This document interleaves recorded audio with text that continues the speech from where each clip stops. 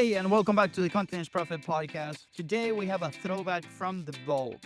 And this is a special one because the last couple episodes we've talked about how to monetize fast with your platform, podcasting, content in general. And this one is one that we published about 300 episodes ago that still applies. And we go over some really awesome connection stories over LinkedIn and a case study on how to use your pipeline platform. So by popular request, we've gotten incredible feedback from the last episode that we did. We actually got DMs of people trying it out and already connecting with the dream customers and monetizing right away. So we decided to dig in and go back and find one of these episodes that continues to expand on this topic. So if you're enjoying what you're listening or if you're enjoying this content, remember we're running that one-on-one challenge with Fonzie, bistros.co/monetize. If you want to go join that, bring clarity and a very clear monetization strategy moving forward. And if you want to be part of the community, businesscreator.club, where we meet every single Thursday for office hours, and you have a ton of resources in there to help you move your business forward. With that said, enjoy the episode. What are we talking about today, Fonz? Guys, today we're talking about the fastest, most effective way to double your sales with podcasts. Ooh-wee. Hey, that was good. By the way, full disclosure, this headline, is 100% accurate, but is also taken from the great Amanda Holmes and Che Holmes from the Ultimate Sales Machine, because they do have a process that is very similar, just so you know. We discovered this on our own, but the process is called the Dream 100, and we're going to adapt it to obviously your podcast. So there's going to be some storytelling. There's going to be some action items that you can actually do today to get to that and doubling sales and the different things. But 100%. Okay. Ready, Fonz? I'm ready. Okay, like I said, we're going to do a quick recap of the show, right? There's going to be there was a conversation I had on Friday with somebody from LinkedIn that was amazing. We're going to do some of that. And then we're going to tell you the actual data of the Continuous Profit first episodes, not downloads, but sales related, money in the bank. And then we're going to walk you through a quick exercise that you can do and execute today to actually get the ball rolling of this if you do have a podcast. And if you do not have a podcast today, it's very simple. It's the same process. And if you need help setting up that podcast, it takes 5 minutes. Go ahead and do it. Okay. Or just reach out to us at BizRosco on Facebook and Instagram. And guess what? We can help you set it up. That's right.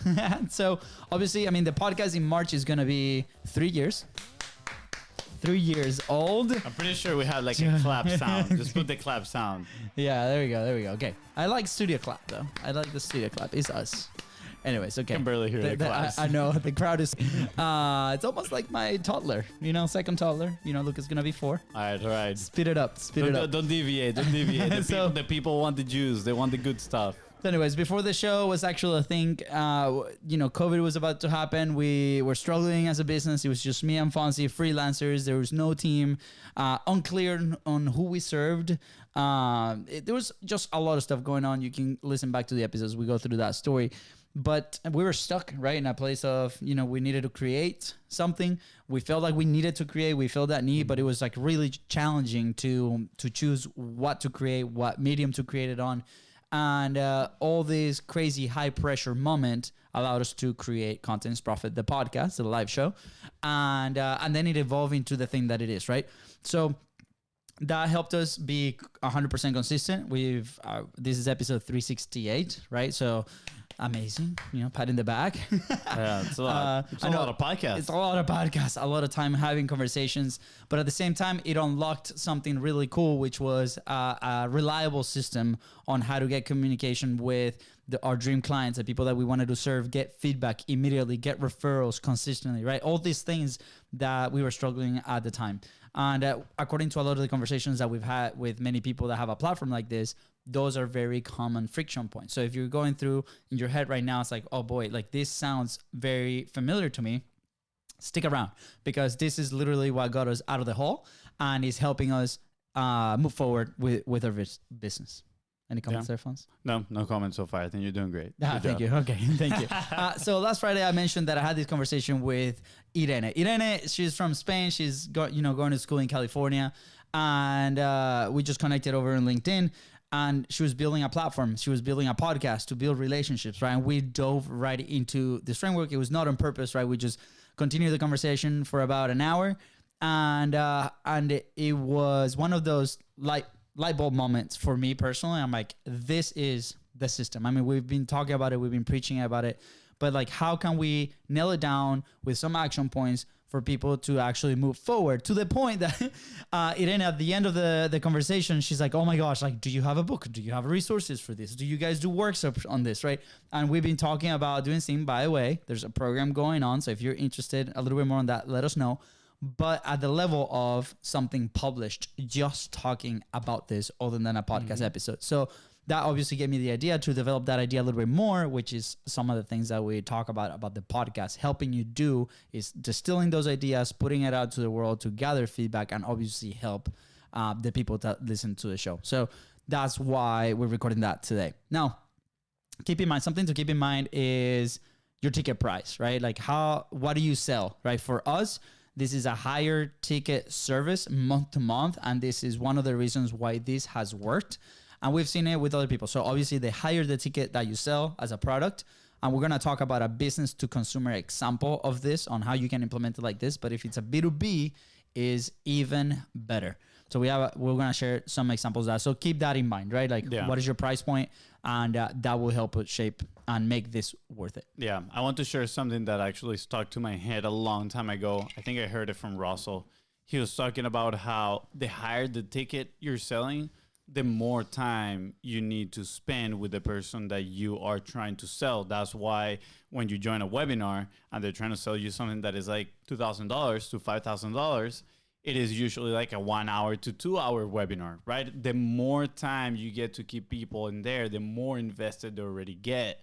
And therefore they can spend more time, they can spend more money with you, right? Let's say you're trying to sell those $2,000, $5,000 courses and they're only spending 10 minutes with you.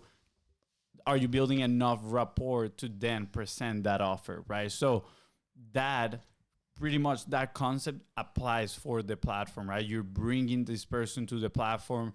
You're spending time with them in the pre-call, then during the show, right? An hour or two, who knows whatever long your show is. Then after the show, you're talking to them. You're building rapport consistently over a long period of time.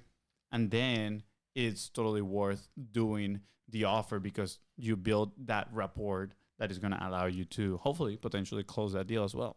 Yeah, absolutely. So obviously, you will hear us talk about the term platform. For us, is your publishing platform, right? And again, we use podcasts as an example because that's a medium that most people listen to us. But at the same time, we record video. So there's an aspect of video, there's an aspect of micro clips, and all these elements play a part into the system, right? But for the sake of the conversation, we're just going to stick to podcast, which is your audio. Like your platform is your podcast, the place where you invite that dream customer, like that dream person that you want to work with, build a relationship with, maybe is a person that has the referrals for you, right? So obviously, what is that platform? For us, like I said, is a podcast. How do we do this? I'm going to do like a quick recap is we invite whoever we feel is a fit for our community, our product, maybe has connections, maybe somebody that's really, really cool that we want to talk to, right? And obviously there's a filtering process if they are reaching out to us on how to get into the podcast, which is aligned to the person that we want to have on the show. Now, once that person is invited to the show, we do like a discovery call, which is like normally about 15 to 20 minutes just to get to know them, right? Like what are some points that they might want to share in the podcast, just align messaging, and then we coordinate that call, which is the podcast interview. And then we jump on that interview, which is normally about an hour or so. If Fonzie feels inspired, it's like an hour and a half. And then we go into the after interview, and here's where we actually make the transition to, whatever that action item is afterwards, whether it's introductions to referrals, whether it's a demo of the product and the service that we offer as an agency. And then after that is obviously continue to nurture that relationship, whatever the result is, right? If for some reason it's not a fit, because we've had those, it's okay. We continue to have a relationship with that person because they allow us their time to be on the show. They're very cool people, right? And you never know in the future. Overall, yes, they'll make incredible clients, but at the same time, those are people we want to surround ourselves with. Like we bring them on the podcast thinking also, damn, I would love for them to be in my circle of friends, right? Yeah. And it's a great feeling that even they say no to your product, you still get to keep a relationship with those people.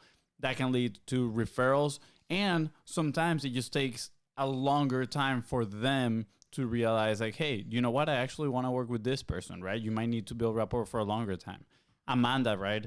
The daughter of Chet Holmes, the person that, initiated the Dream 100, she tells a story how her dad spent like 19 years chasing Tony Robbins for him to become a partner of his in one of the projects. Like, that is absolutely amazing, right? So keep that in mind. It's not just like I bring them to the podcast and I have one shot and that's it. No, like genuinely trying to build that relationship with this person, keeping their best interests in mind. And if there's a first no, just keep building, keep building.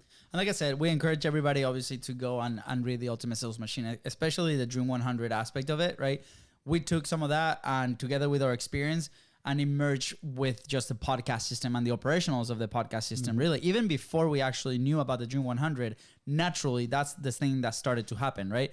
And we always try to look for the hacks, right? Just this morning on a call that we had, somebody asked like, hey, what's the fastest way to like the best of the podcast, right? And it's like to be successful at podcasting. And we had to ask like, what is success on the podcast means to you, right? For us is obviously increasing relationships, obviously sales, very, very, very tight related to sales.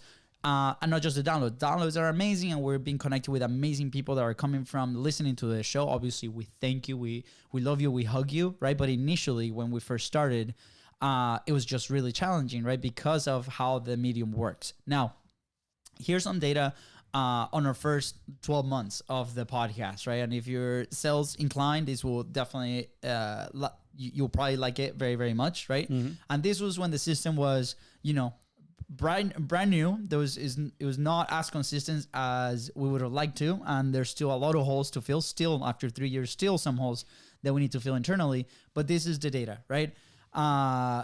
In the first year of the podcast, 75% of the people that we invited to the show that year say yes to a demo call after the after the interview, right? So we're like, immediately after the interview, we will transition into, hey, I don't know if this is for you, but here's what we do. Would you like to check out our demo behind the scenes? We'd love to show you, gather feedback, and maybe find a way to collaborate. And that's exactly the same phrase that we do every single time, right? It's not sales seeds, not peachy, right? Like if there's a problem that they're experimenting, right? We're doing them a service by presenting the option. Whether that's a fit or not after the call, that's for something else. But 75% of the people that came to the show say, yes, Luis, absolutely.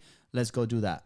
So, we can go check out data. I should go check out data, but I think that's a pretty high opt-in rate. Now, after that, of the people that join the call, right, the people that transfer into that call, 25% say, yes, I bought something from us, whether it was at the service or a workshop. And I think that 25% closing is pretty impressive. There you go. Thank you. Are you patting yourself on the back once again? I am.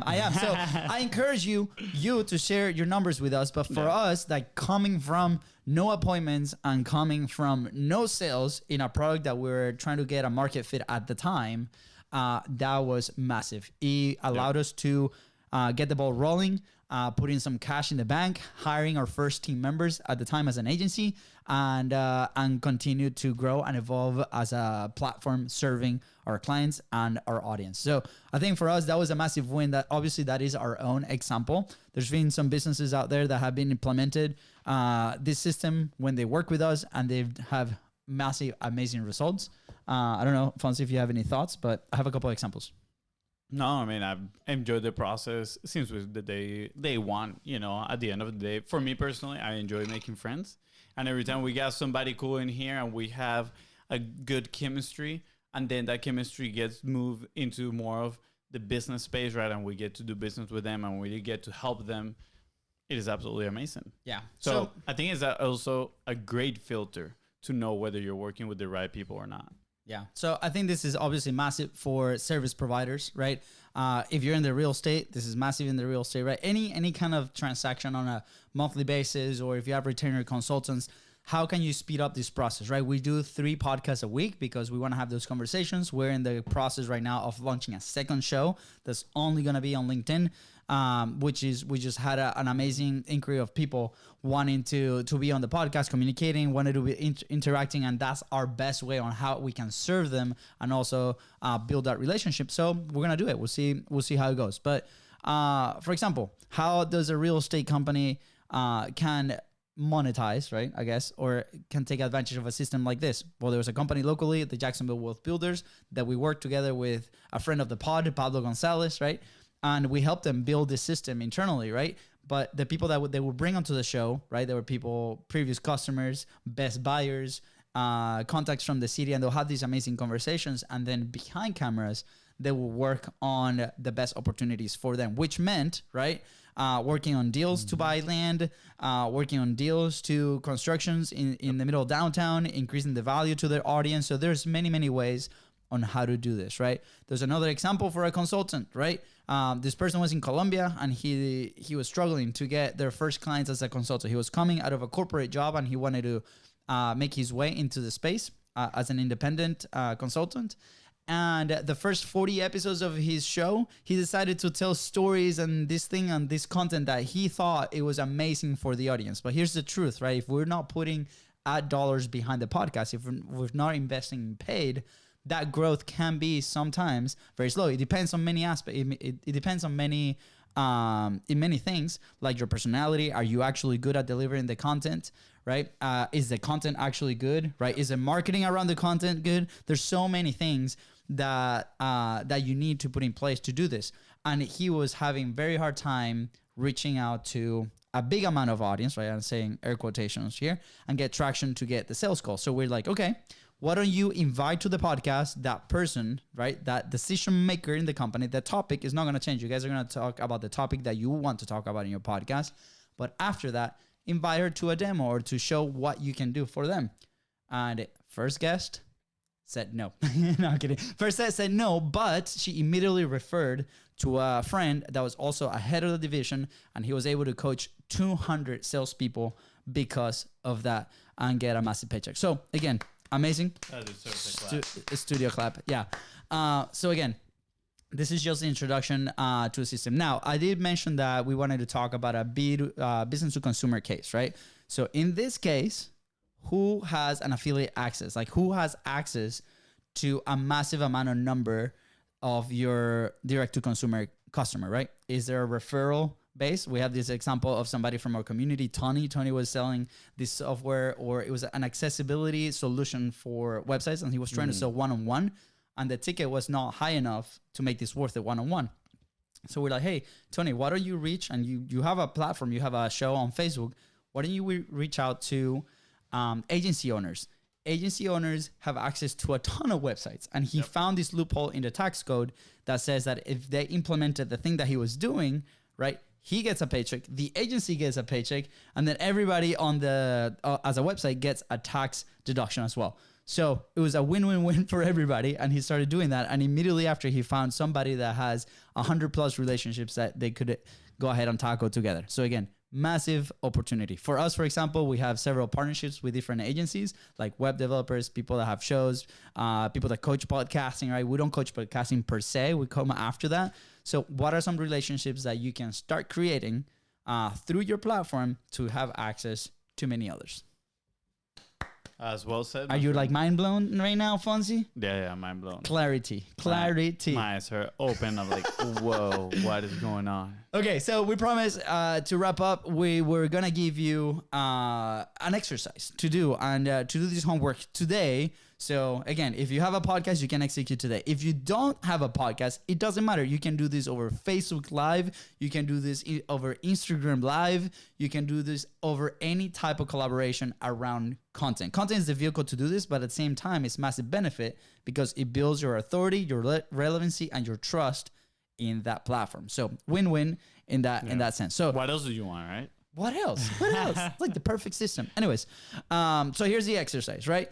Number one, pull a list of your clients in the last 12 months. This is like low-hanging fruit. Who are your clients in the last 12 months, right? How much have they spent with you? So check out like, hey, who's my best client money-wise, right? And then who are your top 5? Do you know them by heart? What are their characteristics? Like, what do they do? What type of business? How do they spend their money, right? Start writing all these things down. In case of, business to consumer, who has a big affiliate access? So for example, we work with a company called Flowchat, which we love, is a pipeline, a social pipeline software. And a lot of the people in there are either publishing or is selling online. So those are potential clients that we might be able to have. So we have a partnership with them, right? Is there a referral partner, like web agencies? Like, who sells to your ideal client where you can establish a referral partner, start writing those things down. Anything else that you want to talk about? So what happens after I have the list? I have my list with my 5 people and I'm like, cool, I got them now. You got them now. So start replicating that, right? So after your top 5, it's like, who else in my industry, right, has those characteristics? And as soon as you identify at least, well, you can start with 5. You can start with 1, right? But let's say your target 12, like your main 12 people, invite them into your show almost like back to back. Like that's that week. Obviously, the speed of how you have these conversations is going to depend on how bad you need this. We needed it very bad. We needed that money because if not, we're going to be out of business at the time that we launched the show. So we increased our frequency. I recently had a conversation with a gentleman in Colombia. And he's like, well, I don't have a podcast just yet. Like, that's totally okay. You can tell him that you're launching that podcast in 30 days, and you can start having those conversations today. Tell them that you're recording the conversation so you can launch in 30 days. Yeah. And again, or you can make a Facebook Live show or a LinkedIn Live or Instagram Live. Just go live. Many ideas. Exactly. And then from there, start having that conversation. Just make sure that you do the transition before they hop off the call. So if you want a detail, I don't like to call them scripts because they're not scripts, but if you want how we phrase things, our cheat sheet of the podcast, how we run this, the back end, the management of it, please reach out. Like, this is the thing that we do every single day, and we're happy to help you out. On do this. But here's a bonus: the 5 buckets, right? The 5 buckets on how to identify your dream clients / dream guest is, how profitable they are. That's number 1, right? After you rank them, do they generate a lot of profit for you? There might be some clients that are really good, but there's a lot of expenses attached to them, which is, personally one of the things that we have identified in the last 6 months, right? Who has an easy delivery of your service or product? Like, who would that frictionless that you can deliver that is natural and easy and you actually enjoy that process? Who's that, right? And then from there, try to find others. Who's easy to sell? Somebody that you actually present this opportunity and is so easy, the transition, that there's like a no-brainer for them, right? Initially, when we started selling this, we were talking to people that were so far away from the solution, right? They needed more education, and it was really challenging, right? Because we had to educate, we had to put in the time, we had to do this. So who is closer to the problem of the solution that you're selling? Side note, still have those conversations with those people, because eventually you'll be able to create a product that you can sell to those people as well, eventually moving them up your value ladder and selling them the one big product that you're selling for service. Absolutely. Now, the other bucket is results. Who are getting the best results with your product, right?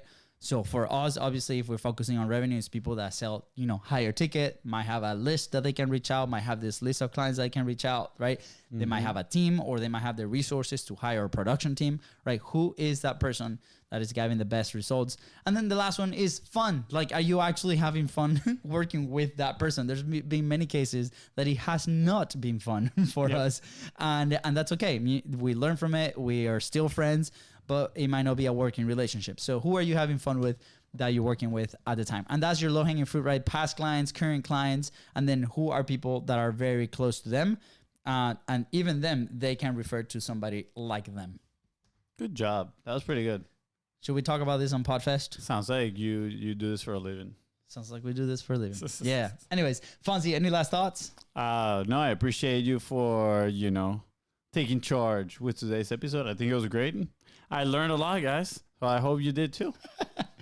Sounds good. If you have any comments or any questions, please feel free to reach out on social media at Biz Bros. And obviously we have the Biz Facebook Bros Co. at Biz Bros Co. And we have the Facebook group, Content is Profit. Go join the community and it will welcome you with open arms. With that said, guys, thank you so much for tuning into the Content is Profit podcast. Go ahead and follow the show in your favorite platform and on social media at Biz Bros Co. That is right. And if my brother here help you move one step closer towards your goal, please don't forget to share this episode and leave a 5-star review. See ya. Bye, guys.